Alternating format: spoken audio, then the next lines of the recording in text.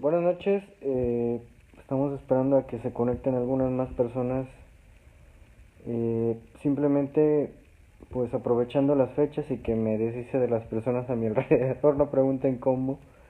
Quería leerles un poquito sobre reflexiones que hace Fernando Benítez en su trabajo que tiene sobre Cárdenas. Se llama Lázaro Cárdenas y la Revolución Mexicana. Es un libro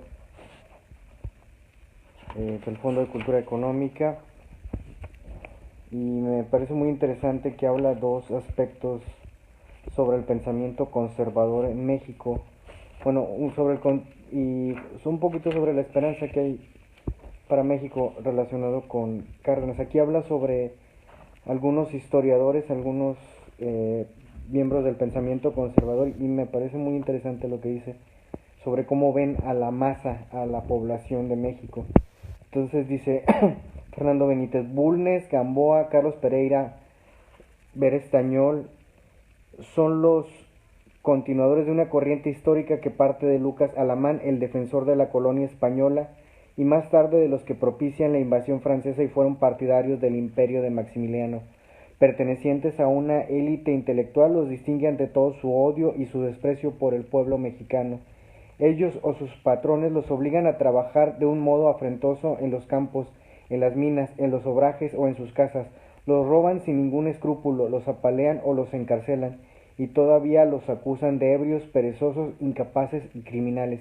Esa mezcla de odio y desprecio determina su adhesión delirante a la dictadura y su negación de toda posibilidad de democracia.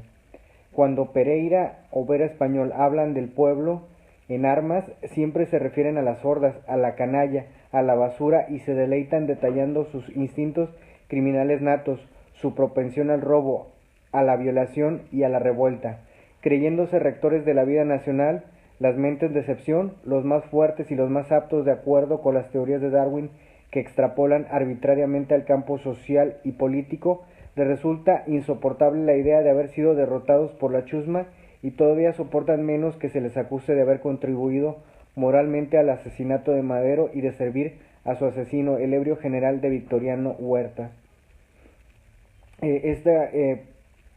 Dos párrafos que leí los quiero complementar con el que sigue, pero es básicamente cómo ven los conservadores pues al pueblo de México. Lo ven como masas explotadas, y cuando éstas se levantan son alguien a quien criminalizan, a quien sienten como responsables del desastre nacional, cuando ellos son los que han generado estas condiciones en la población. Esto me parece muy interesante porque es una retórica de la dominación, y en un párrafo más adelante dice: abogados de profesión no sentían la injusticia y en cambio se empeñaban en elaborar alegatos para legitimar su posición o la de sus amos, los dictadores. Hombres hechos a la dependencia creían firmemente que solo con la represión podría gobernarse a México. Por ello, la libertad que les ofreció Madero la utilizaron en su contra, ya que estaban acostumbrados al servilismo y concebían la libertad como algo grotesco. Eh, Me parece muy interesante sobre cómo a tratar a las masas, a la población, porque pues la población no es objetiva, no es indiferente por naturaleza, sino es el resultado de las condiciones que la oligarquía le ha impuesto. En, en general, en la historia de México se puede hablar de ignorancia, pero pues ahora podemos hablar de los medios masivos de comunicación. Y hay un párrafo donde el propio Benítez se dice que él no es profeta, porque siempre cuando uno habla del futuro de México parece que viene a ser estigmatizado por la derecha como eso, porque pues los visionarios son los más peligrosos para la libertad, la independencia para los enemigos de la libertad, la independencia y el progreso de un país. Y me gusta mucho este párrafo que también se los quiero compartir, que habla sobre un poquito el legado del general Lázaro Cárdenas. Dice: no necesitamos erigirnos en profetas para vaticinar que la marea humana no podrá ser frenada en los próximos 25 años, o que todos los logros económicos no podrán proporcionar trabajo ni satisfactores mínimos a una población de 120 millones de habitantes, lo cual significa que corremos el riesgo de grandes sublevaciones urbanas o la erección de un estado fascista capaz de someterlas, un recrudecimiento de la desigualdad y una división más profunda de los dos mundos, al menos que se emprenda a fondo la diferida reforma agraria, se evite la destrucción de las riquezas naturales, el país logre producir industrialmente lo necesario y se apliquen impuestos directos que realmente distribuyan la riqueza. Esto se me hace muy interesante porque ese es un momento de la historia en que ya alcanzamos los 120 millones de habitantes y Benítez hablaba de que en esta etapa México pues corríamos el riesgo de no generar las condiciones de libertad si no pues implementábamos estas reformas de las que él habla y que pues teníamos la amenaza de que estas masas de gente pues hubiera levantamientos, sublevaciones o pues hubiera un sector que dijera que es necesaria una dictadura fascista. Y pues creo que justamente estamos en este periodo de la historia, con esto que estamos viendo de tanta violencia en México y una situación en donde pues se habla de ya la gente toma la justicia por sus propias manos, ¿no? De incluso hace un tiempo se hablaba de las autodefensas y ahorita se habla pues también de vengadores, ¿no? De gente que ya prefiere definir su defensa en su propia comunidad. Entonces, bueno, quiero terminar con esto que se me hace muy optimista. Dice Fernando Benítez, yo no pienso que estos logros sean inalcanzables, se han conquistado el mar territorial, se ha duplicado la electricidad y el acero, tenemos petróleo mucho más del que imaginamos y será a partir de esta base que lograremos producir automóviles y tractores, nacionalizar los medios de comunicación en manos de comerciantes estultos, atacar en firme los 25.000 ejidos que bombean miseria y población, las 25.000 células cancerosas que amenazan con devorarnos.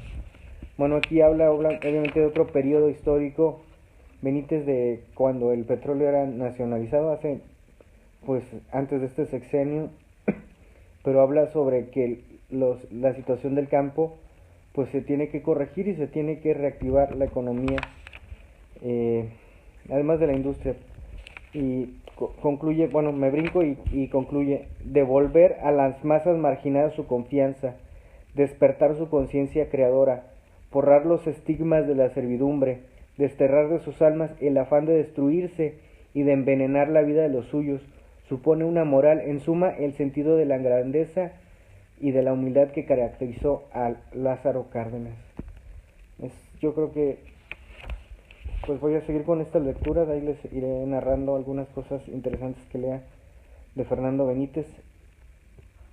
Yo creo que es una importante reflexión pues ante la angustia y la ansiedad que pienso que muchos que comprenden lo que viene el año que está por comenzar en términos de pues trastocamiento de la vida política y económica que tenemos en México, pues es muy optimista pensar que sí se va a lograr, solo tenemos que poner sobre la mesa las discusiones. Es un asunto muy serio que haya pocas opciones políticas que estén hablando sobre la tarea de la reconstrucción económica, que es yo creo que el asunto que dice Fernando Benítez. Voy a ver si encuentro este párrafo, mire, pues habla sobre que México pues estuvo sometido a muchas guerras internas que le impidió desarrollarse, y déjenme les leo esta parte. El horrible proceso de la descolonización, lucha contra la colonia española, lucha contra el feudalismo de la Iglesia, lucha contra los invasores extranjeros, lucha por el poder, lucha de los ricos contra los pobres y de los pobres contra los ricos, lucha contra la esclavitud, contra el despotismo, contra los imperialismos. En el fondo es el fruto de la desigualdad. La desigualdad nos ha brutalizado, nos ha dividido, nos ha hecho indiferentes al dolor de las masas desvalidas y ha creado una distorsión colosal que nos impide interpretar la historia de México. Si una parte de la energía y del heroísmo que empleamos en destruir y en matar la hubiéramos dedicado a construir, seríamos un país diferente. Esto no pasa de ser una quimera, no somos un fragmento de la cultura occidental, sino su apéndice. Hemos sido sus víctimas y en el mejor de los casos, solo una pequeña fracción se cree occidental y al pretender imponer los patrones culturales de Occidente, no ha logrado inventar nada, que inventen los otros, gritaba retadoramente, despechadamente Unamuno. Una gallina o una máquina de escribir, ni siquiera copiar una técnica avanzada, ni construir finalmente una nación, porque una nación debe tener cierta coherencia, cierta igualdad, un razonable reparto de las riquezas y de cierta educación, cierta conciencia común, y esto no hemos logrado realizarlo. Pertenecemos al tercer mundo y no seremos occidentales en tanto no logremos desterrar para siempre la desigualdad. Cierto, somos prisioneros de nuestras estructuras, si bien Occidente ha tenido la capacidad y la voluntad de superarlas, de crear otras nuevas. El fracaso de México es el fracaso de toda América Latina frente a los Estados Unidos, frente a Europa. No creo en una historia científica, creo en una historia moral, en una historia que refleje lo que hemos sido y lo que no hemos podido ser. La historia no se puede reducirse a gráficas, ni a estadísticas, ni a glosas de planes, ni a desmenuzar maniobras políticas para retener un poder irrisorio. Debemos sacar a muchos muertos del panteón y arrojarlos al basurero común, comenzando por Porfirio Díaz y terminando con Obregón y Calles, y quizá aún debamos preguntarnos si el subdesarrollo no puede dar más héroes subdesarrollados.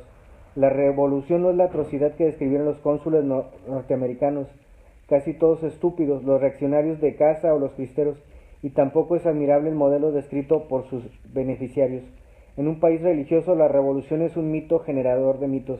Nosotros hemos de aceptar sus mitos, la única forma válida de contar la historia y no sus falacias o sus mentiras.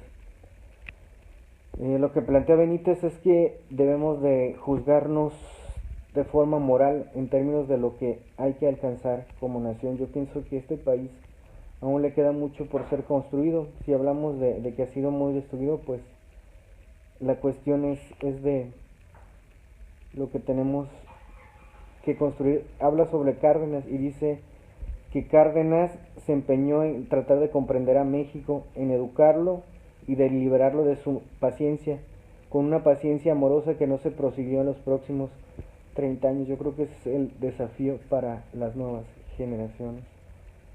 Bueno, algo así de reflexión para esta fecha. Si tienen tiempo de ver esto, si no en días subsecuentes, son vacaciones para muchos, otros tienen que trabajar, pero esta reflexión es válida todo el próximo año que viene. Gracias por su atención.